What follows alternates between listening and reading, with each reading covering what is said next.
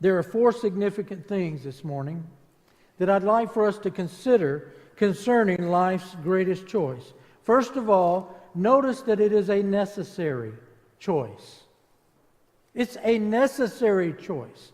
Every person who ever lives, if they reach the age and mental capacity of accountability, must choose for or against God.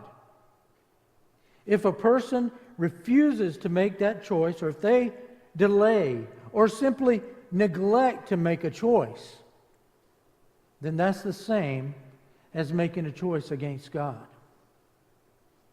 The Bible doesn't promise us a second chance after we've had a chance. The Bible never promises a second chance.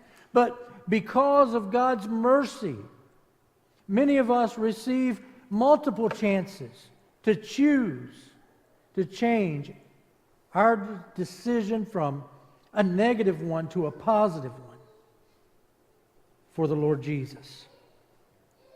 In this passage, Joshua begins his dialogue with the people, and he exhorts them to revere and worship God faithfully. And that means putting away other gods, he tells them. The point here is not that the people were neglecting to worship God. They were gathering for worship. They were worshiping God. But the problem is their worship of God got mixed up with the worship of other gods, and it wasn't faithful worship to the true God.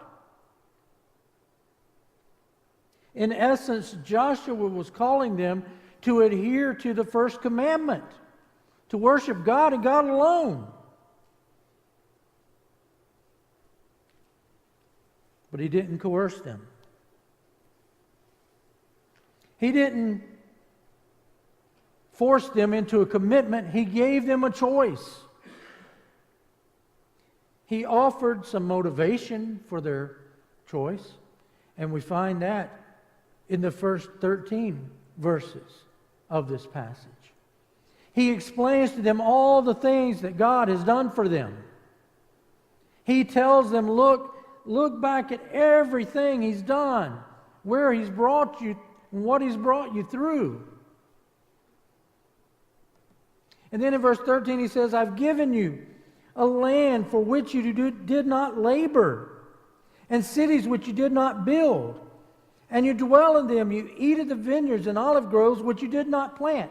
God had been good to these people. And then he posed the question.